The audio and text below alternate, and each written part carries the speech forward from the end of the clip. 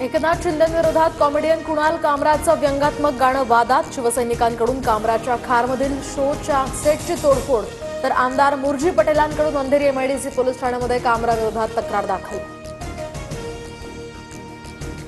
कुणाल कामराकडून हातात भारताचं संविधान घेऊन photo tweet, the only way forward.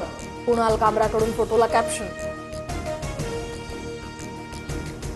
Kunal कामराचं लोकेशन ट्रेस करणं सुरू, तर फ्रीडम ऑफ स्पीचच्या नावाखाली संविधानात्मक पदावरील व्यक्तीचा तुम्ही अपमान करू शकत नाहीत, गृहराज्यमंत्री योगेश कदमांची प्रतिक्रिया।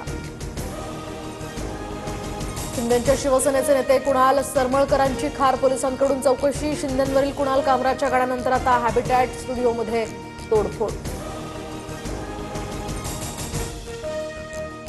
कुणाल कामराच्या शिंदेंवरील गाण्यानंतर आता राहुल कनाल यांची पोलिसात तक्रार। कुणाल कामरा, राहुल गांधी, आदित्य ठाकरेंसह संजय राऊतांचं नाव, तर आता फक्त ट्रेलर आहे, पिक्चर अजून बाकी आहे, राहुल कनाल यांची टीका।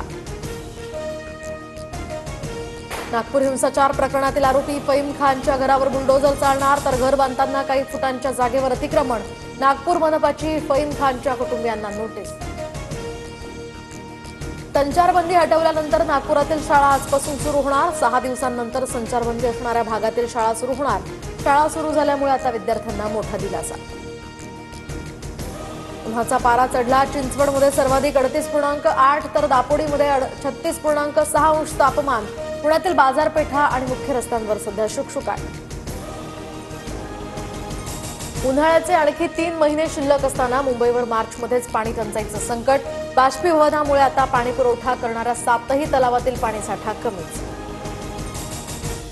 नाशिकमध्ये जुन्या भांडणाच्या रागातनं 4 ते 5 जणांकडून 19 वर्षीय युवकावर धारदार शस्त्रानं हल्ला। मुलाची प्रकृती गंभीर। नाशिकच्या इंदिरानगर पोलीस ठाण्यात गुन्हा दाखल।